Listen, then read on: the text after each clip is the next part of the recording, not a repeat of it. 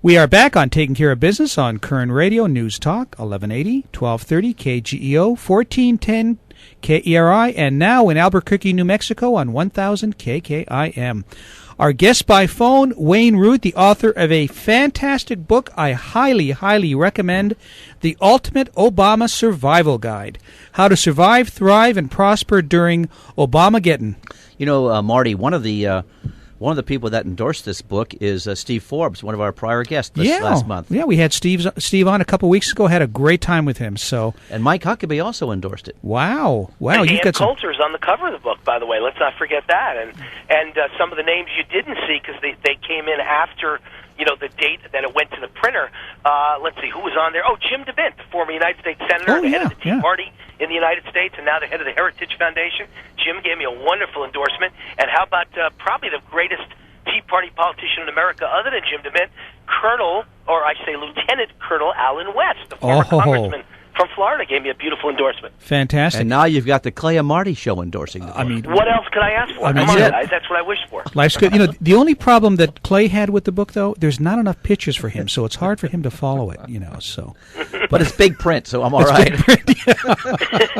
It's over 450 pages, by the way, The Ultimate Obama Survival Guide, because I write as fast as I talk. You don't fit a lot of stuff in, And so I had a lot to say. And Obama is killing this country, and it's not a mistake, guys. Here's the revelation of the book. I went to college with Obama.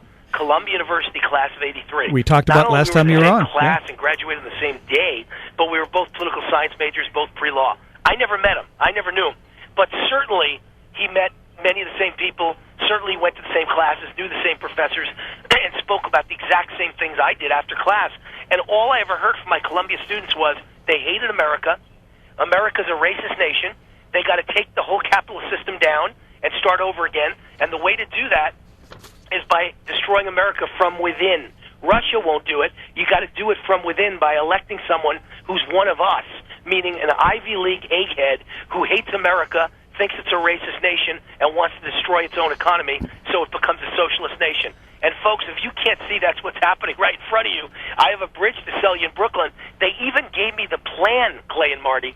It was called Cloward Piven, named after two Columbia University professors at our college who came up with a plan that the way you take down the economy with ease is you do it slowly by overwhelming the system with entitlement, spending, and debt.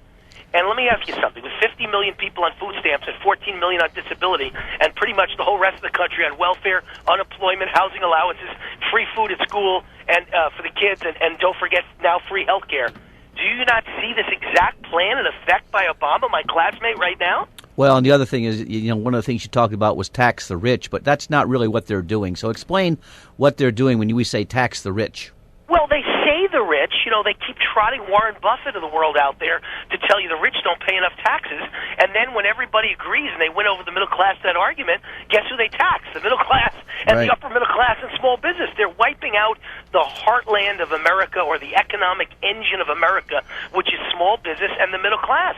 All these taxes aren't aimed at the rich. The fact is Warren Buffett barely pays any taxes. As a matter of fact, Warren Buffett's main corporation has owed $1 billion to the IRS, and he's been fighting it for like 20 years. He refuses to pay the $1 billion that he owes. Well, if he's so big on paying taxes, why doesn't he just pay the $1 billion that the IRS claims he owes, instead of fighting it and spending $1 billion in legal fees to avoid paying the $1 billion in taxes? Because he's a hypocrite. He doesn't want the taxes to be aimed at him. He wants it to be aimed at you. You, the middle class, are the cannon fodder here, folks. If you don't see that, you're blind. They're distracting you. It's like a game of three-card Monte.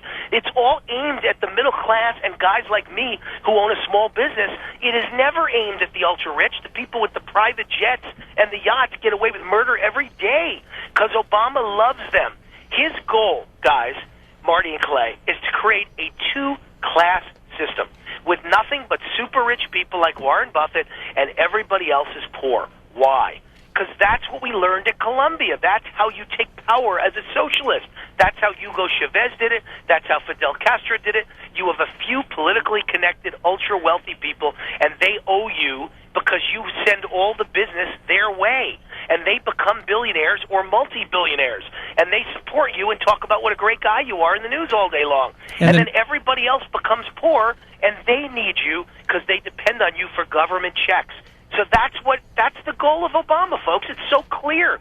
Two classes, and you and I and Clay and Marty aren't in that class. We're not in the rich one. We're in the poor one. Yep, and the media's going along with it. Of course they are. Sure. We're having a conversation with the capitalist evangelist, Wayne Root, the author of a great, great new book, How to Survive Obamageddon and the Coming Obama Great Depression. Wow, depression. Well, let me make sure I correct you on the name, though. Got to get the name right. I'm sorry, I got that off the publishing. It's the Ultimate Obama Survival Guide. Yes. Make sure no one goes to Amazon and asks for the wrong book.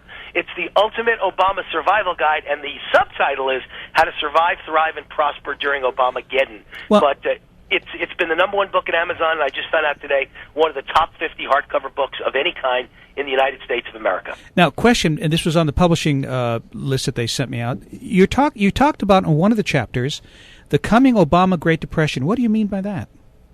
Well, I think we're in it right now. There's been a long-term Great Depression. Started under Bush, by the way, in 2007 is when this began. Now we're talking, 5 going on 6 years later, 7, 8, 9, 10, 11, 12, 13. I mean, we've got 6 solid years and more of what I call a Great Depression. People get scared of that word, Marty and Clay. They think a Great Depression means everybody's broke, everyone's in tent cities, and everyone's in food lines. And it's not quite like that. The definition of a depression, without getting anyone panicking or hysterical, is merely a long-term recession. Would you not consider a country that has 90 million people who are able-bodied, working age, under the age of 65, able to work, 90 million of them not working right now? I'd call that a depression. I'd call a long-term recession that began in 2007 and is still going on in 2013 a depression. When you look back in the history books, 20 and 30 and 50 years from now, they will absolutely say this was a Great Depression, too. This is just like 1929. From 1929 to 1939, the unemployment was counted differently than today. They counted you as unemployed if you dropped off the list forever and couldn't find work, so you weren't even looking anymore. They said you're unemployed. Isn't that normal? And if you're underemployed, they said you count, too. Well, today in America, they only count you as unemployed if you're collecting unemployment benefits. The minute you drop off the list and stop looking, they don't count you anymore. So this lie that we have a 7.5% unemployment rate is the biggest lie in the world. The reality is when you count all the people who are underemployed or who have stopped looking or who have gone on disability welfare and food stamps, we have 90 million people who should be working who aren't working. The unemployment rate is 20%, which is the same as the Great Depression in 1929. And because of the coming Obamacare requirements and rules and regulations, we're going to see an increase in unemployment. Well, I'll tell you what, anyone who would debate me on this one, all I do is quote the IRS. Obama's own Internal Revenue Service came out with the stats just the other day. Well, actually, it was like 3 months ago. And they said that the average bill for health insurance for the average American middle-class family by 2016 will be $20,000 a year. So you explain to me, most people listening right now to your program don't even make more than $40,000 a year. That's the average salary in America is $43,000. The average household in America brings in $60,000.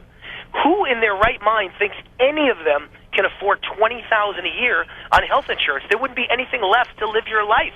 Yet Obama's own IRS is telling you his Obamacare is jacking up prices so high that you, an average person, are going to have to spend $20,000 a year on health insurance for a family of 4 in the United States of America. So, folks, good luck and God bless. I hope you have a lifeboat and a paddle, and I hope Obama provides it for you because you're sinking and you're about to drown. And the only chance you got is to somehow read a book like mine, The Ultimate Obama Survival Guide, and figure out some really good common sense ways to double or triple your income. Because if you don't, you won't make it in the next few years. There's no way for you to pay that bill. No question about it. Listen, Wayne, we're going to keep you for a quick third segment, okay? Okay, you got it. We'll be back in a moment on Taking Care of Business on Koerner Radio, News Talk, 1180.